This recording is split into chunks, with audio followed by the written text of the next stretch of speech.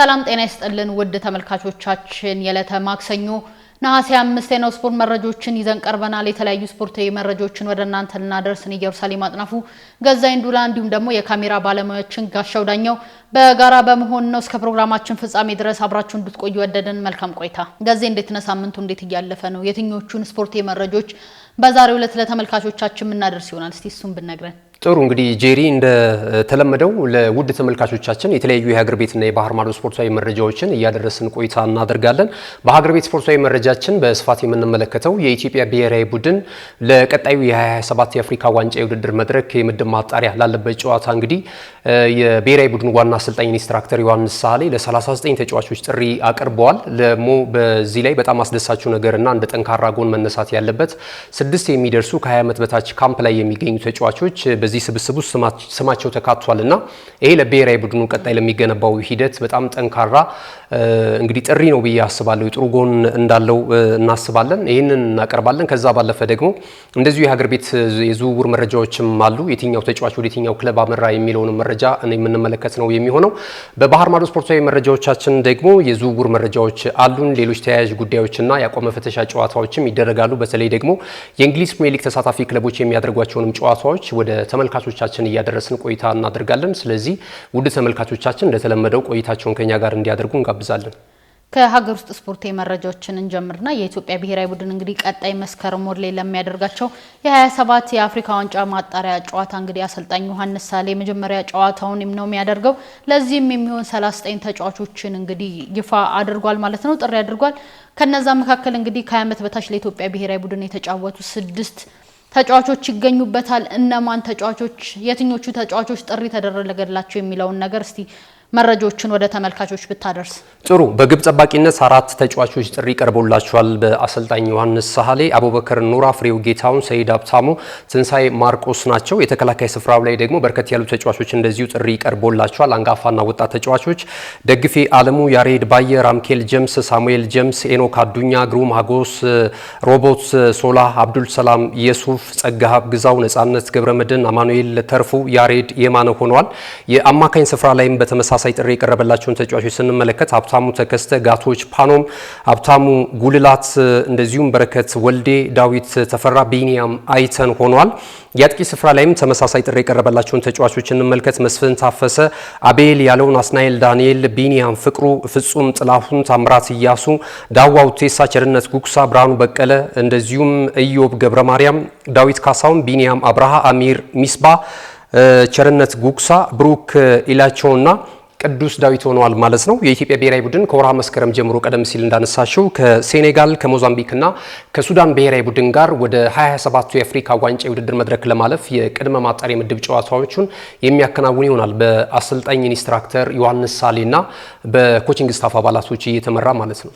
የኢትዮጵያ ብሔራዊ ቡድን እንግዲህ አርብ ነሐሴ 8 አንስቶ በጁፒተር ሆቴል በመሰባሰብ እንግዲህ ልምምዳቸውን የሚጀምር ይሆናል።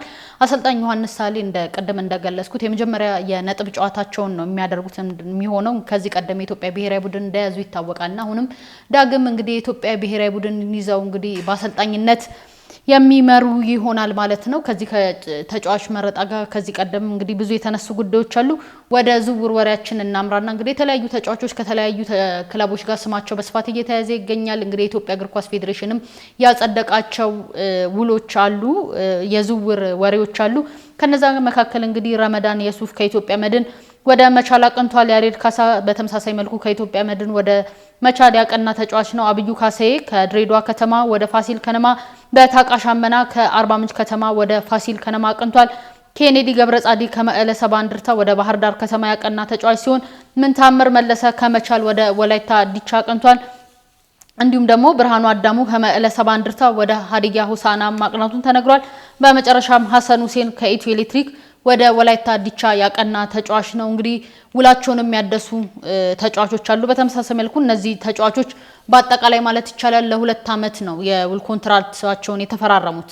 አዎ ትክክል ነው። ወጣት ተጫዋቾችንም ሲያስፈርሙ እንግዲህ የተበላሸ አሰራር መሆኑን የምትመለከቺው ወይም ያላደገ የዝውውር ሁኔታዎችን ነው በኢትዮጵያ ባህል እየተለመደ የመጣው ማለት ነውና ወይ አንድ አመት ነው የሚያስፈርሙት ወይ 2 አመት ነው። ከዛ በኋላ ደግሞ ተጫዋቹ የክለብ ፍቅር የለው የማሊያ ፍቅር ካየሽው በነጮች እኮ ይሄ ልጅነት ህልሜ ነው የሚሏቸው ክለቦች አሉና እኛ ሀገር ቆይታቸውን በጣም ለአጭር ጊዜ ስለሆነ ቢዝነስ ተኮር ስለሆነ አጠቃላይ የዝውውር ሂደቱ ለአንድ አመትና ለ2 አመት የውል ኮንትራት ነው የሚሰጣቸው። ከዚህ ቀደም ኢትዮጵያ ቡና የተሻለ ነገር ሲያሳይ ነበረ። ተጫዋቾችን ዘለግ ላሉ አመታቶች የውል ኮንትራት ሲያስራቸው አይተናልና እነዚህ ተጫዋቾች እድል አግኝተው እንኳን ወደ ባህር ማዶ ቢሄዱ እነዚህ ክለቦች ተጠቃሚ አይሆኑም። አጭር የኮንትራቱ ለምሰጫቸው ከሆነ ማለት ነው። ተጫዋቾች እኮ ማን ያውቃል ጠንክረው ከሰሩ ወደ አውሮፓም ወደ ሌሎችም ክለቦች ሄደው የመጫወት እድል ይኖራቸዋል። ከዚህ ቀደም እንደነ ቢኒያም የተመለከትንበት ሂደት ስላለ ማለት ነውና እነ ቢኒያም በላይ ማለት ነው ሌሎችም ተጫዋቾች አሉ። አቡበከርን ታስታውሻለሽ? አቡበከር ከዚህ ቀደም ከኢትዮጵያ ቡና ለቆ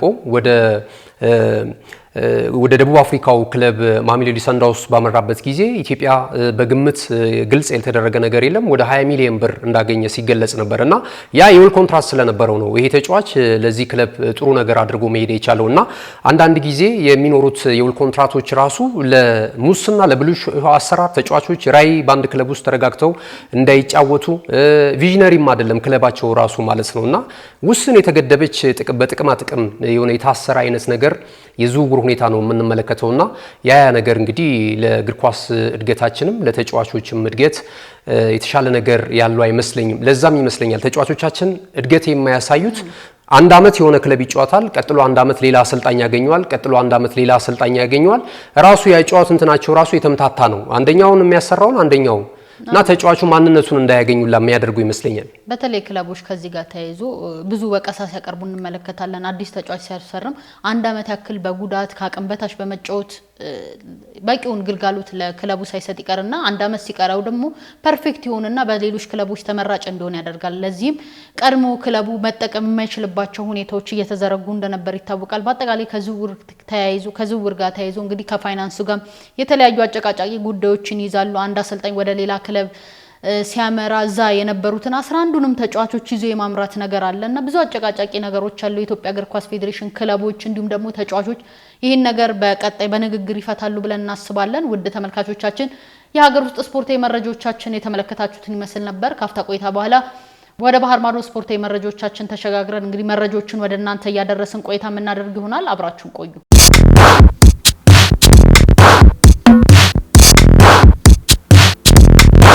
የማድረስ አገልግሎት የወደፊት ዕጣ ፈንታ እዚህ ደርሷል። በትሩዝ የታገዘም ትሩዝ ዴሊቨሪን እናስተዋውቆ።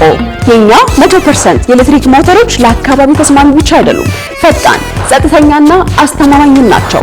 ያለምንም ጫጫታ፣ ያለምንም ጭስ የእርስዎ ጥቅል በሰዓቱ ይደርሳል። በቀጥታ ክትትል ላይቭ ትራኪንግ ሁሉንም ነገር ይቆጣጠሩ።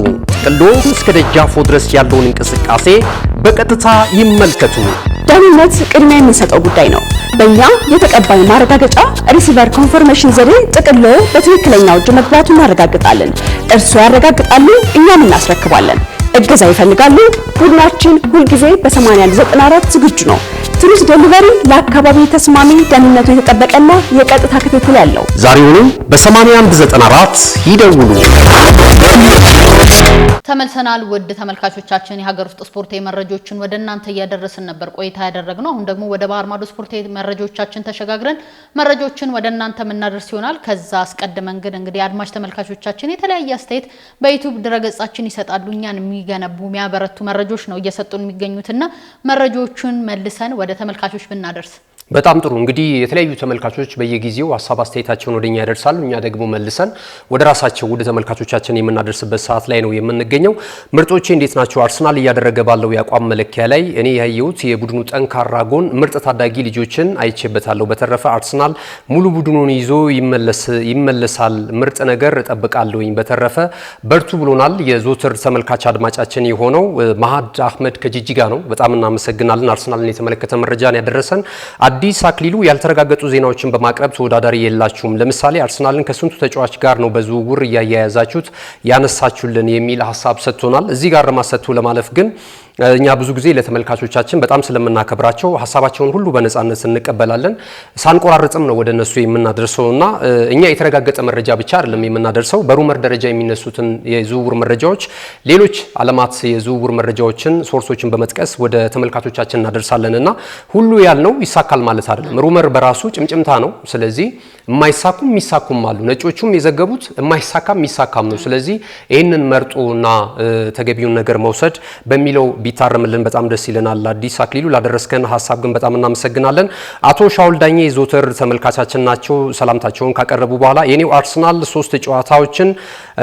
ከሶስት ጨዋታዎች ማሸነፍ የቻለው አንዱም ብቻ ነው ያሸነፈው። ስለዚህ የፊታችን እሁድ ከማንቸስተር ሲቲ ጋር በሚደረገው የኮሚኒቲ ሺልድ ጨዋታ ላይ ጥሩ ነገር ተዘጋጅቶ መምጣት ይኖርበታል፣ ለፕሪሚየር ሊጉም ጥሩ ጅማሮ ሊሆንለት ይችላል የሚል ሀሳብ ሰጥተውናል። ያው የኮሚኒቲ ሺልድ ጨዋታ እሁድ ስላለው ማለት ነው።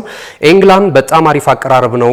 ዙቢሜንዲ በቀጣይ ሲዝን በአርሰናል ቤት ቦታ አይኖረውም፣ ስለዚህ ወደ ሌላ ክለብ ማምራት ይኖርበታል የሚል አስተያየቱን ሰጥቶናል። ኢንተርታሜ በጣም ጥሩ አቀራረብ ነው፣ በርቱ፣ በዚሁ ቀጥሉ ብሎናል። ጸጋዬ ብርሃኑ ሰላም ብሎናል። አስናቀ ይመር የኛ ሀገር የስፖርት አመራሮች ውጤቱ መጥፋት ተጠያቂ ናቸው። ጥሩ ደረጃ ላይ ያሉ ልጆች በየክፍለ ሀገሩ አሉ። እነዚህን ልጆች በማስተባበር ወደ ተሻለ ቦታ ለማድረስ አመራሩ ቀርፋፋ ነው። አሁን ያየናቸው አሸናፊ ልጆች በስንት ፈተና ውስጥ ነው ያለፉትና ከተወሰነ ጊዜ በኋላ ይጠፋሉ፣ ድጋፍ አይደረግላቸውም የሚል አንድምታ ያለውን አስተያየት ሰጥቶናል። በጣም እናመሰግናለን አስናቀ ይመር። ሀፍቱ አርሰናል ድንገት ወደ መለያ ምት አመራ የሚለው ነገር ልክ አገላለጽ አይደለም ብሏል። እኛ በመለያ ምት ከቦሩሲያ ዶርትሙንድ ጋር ያደረጉትን ጨዋታ ሜዳ ውስጥ ልክ የሰፈር ጨዋታ እንደሚደረገው ቁማር ምናምን ሳይሆን አንዳንድ የወዳጅነት ጨዋታዎች ላይ ጨዋታው ከተጠናቀቀ በኋላ በመለያ ምት ደግሞ ራሳቸው ማየት ስለሚፈልጉ የመለያ ምት ይመታታሉና ያንን ጨዋታ አርሰናል 5-4 ይመስለኛል አሸንፏል። ነገር ግን እኛ ያቀረብንበት እዛው ተነጋግረው ተመካክረው አሁን እንደዚህ እንመታታ ምናምን እንደ ሰፈር ውስጥ ሳይሆን የተለመደ ነው በአንዳንድ ጨዋታና ምናልባት እንግዲህ በዛ መንገድ ተረድተን ከሆነ ልክ አይደለም ብለናል።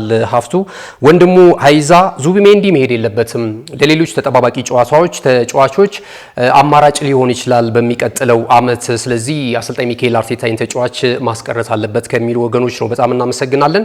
ሲሳይ አሰፋ የዚህን ሰውዬ ፊት መቼ ነው የሚፈታው የሚል ሀሳብ ለኔ ነው ያቀረበልኝና ፓስወርዱን ናሁ ስፖርት ቢሰጠን የሚል ሀሳቡን ሰጥቶናል።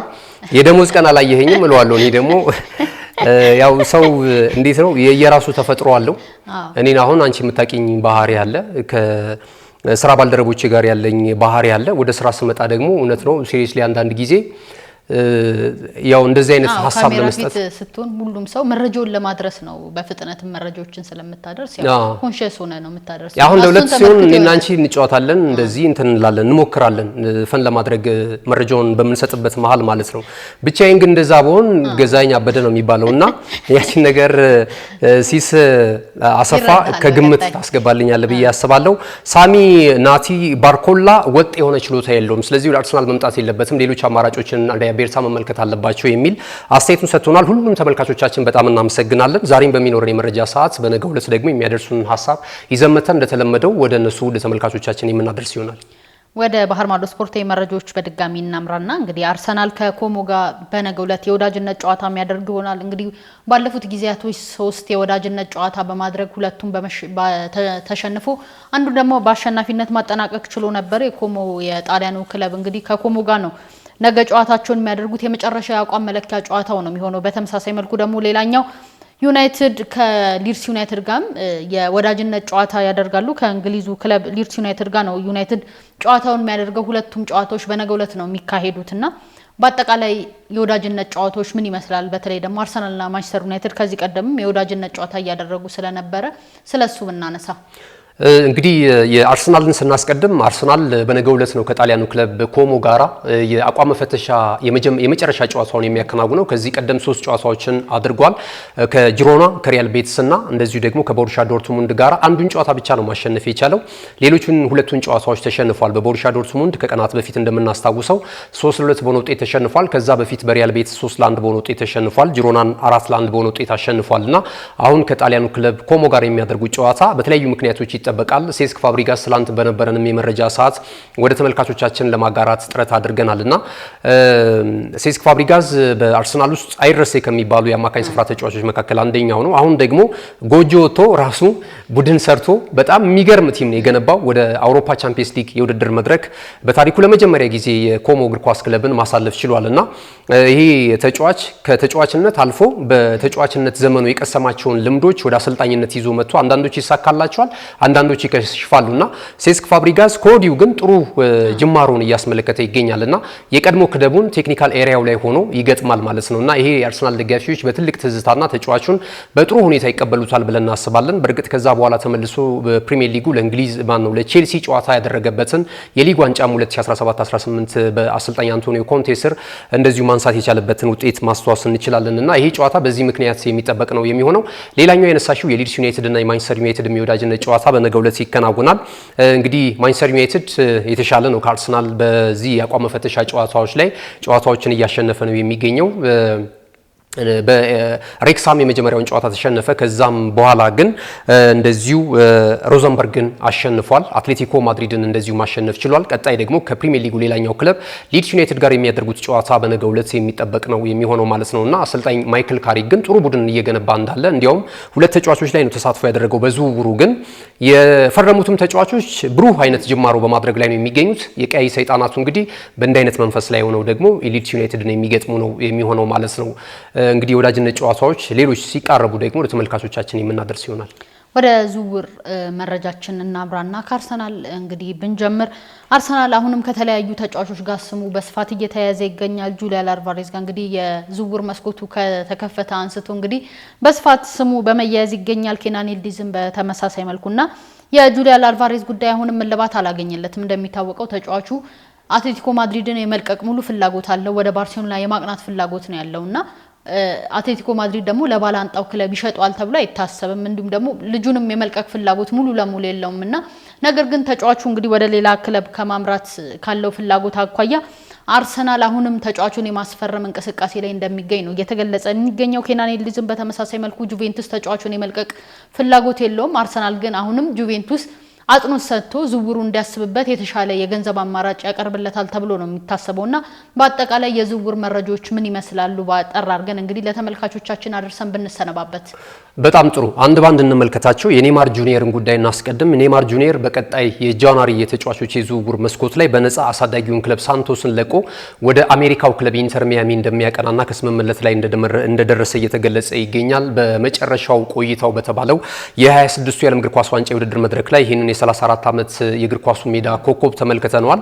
አሁን ላይ እንግዲህ ከብሔራዊ ቡድን ራሱን ማግለሉ የሚታወቅ ነው። የተለያዩ ሐውልቶች እንደሚቆሙለትም ተነግሯል ከዚህ ቀደም ማለት ነው። ኔማር የብራዚል ብሔራዊ ቡድን የከፍተኛ ጎል አስቆጣሪ ትራክ መሪ እንደሆነ ይታወቃልና በጣም ሌጀንዳቸው ነው።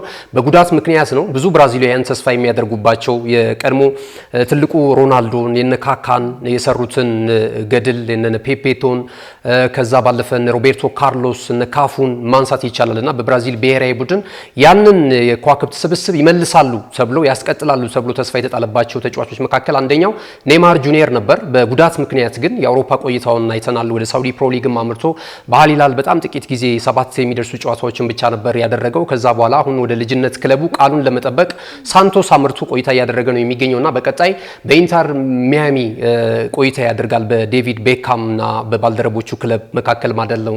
በዛ ቆይታ ያደርጋል። እዛ ደግሞ ሲሄድ የቀድሞ የቡድን አጋሮቹን ያገኛል። ሊዮኔል አንድሬስ ሜሲ አለ፣ ሉዊስ ሱዋሬዝ አለ፣ ሌሎችም ካስሜሮም እንደዚሁ ተዘዋውረዋልና እንግዲህ ኔማር በሜጀር ሊግ ሶከር የክለብ ቆይታውንና አጠቃላይ እግር ኳስ ህይወቱን ፍጻሜ ሊያደርግ የሚችልበት ሂደት እንዳለ እየተገለጸ ነው የሚገኘው። ወደ ሌላኛው በእድሜ ተመሳሳይ አይነት ሁኔታ ላይ የሚገኘው ኤፍሲ ሞንትሪያል ያስፈረመውን የአሌክሲስ ሳንቼዝን ጉዳይ እናገኛለን። አሌክሲስ ሳንቼዝ ከዚህ ቀደም በእንግሊዝ ፕሪሚየር ሊግ ማንቸስተር ዩናይትድ እና አርሰናል ትልልቆቹ ክለቦች መጫወት ችሏል። ከዛ ባለፈ አርሰናል ከባርሴሎና እንዳመጣው ይታወቃል። ወደ ኢንተር ሚላንም አምርቷል። አሁን ደግሞ በቅርቡ በስፔኑ ክለብ ሴቪያ ቆይታ አድርጓል። አሁን ደግሞ ወደ ኤምኤልኤስ ስለማቅናቱ እየተገለጸ ነው የሚገኘው። በነፃ ዝውውር ነው፣ 37 ዓመቱ ላይ ይገኛል። በቀጣይ እንግዲህ ይህንን ዝውውር ለማድረግ ስለመቃረቡ ስለመስማማቱ ተነግሯል ማለት ነው። የአርሰናልን መረጃ አንስተሻል።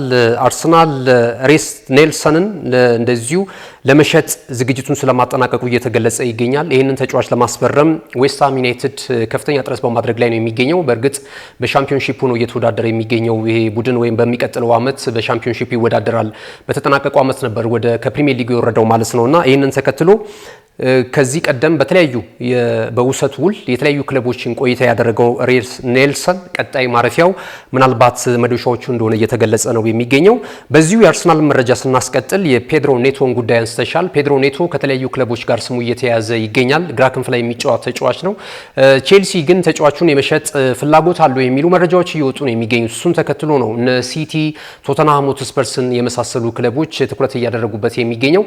አንደኛው የተጫዋቹ ፈላጊ ሆኖ ደግሞ ወይም በልዩነት እየተመለከተው የሚገኘው አርሰናል ነው። ቼልሲ የተጋነነ ሂሳብ ይዟል። ወደ 70 ሚሊዮን ፓውንድ አካባቢ ነው ተጫዋቹን ለመሸጥ ትክክለኛ ዋጋ ብሎ የለጠፈበት።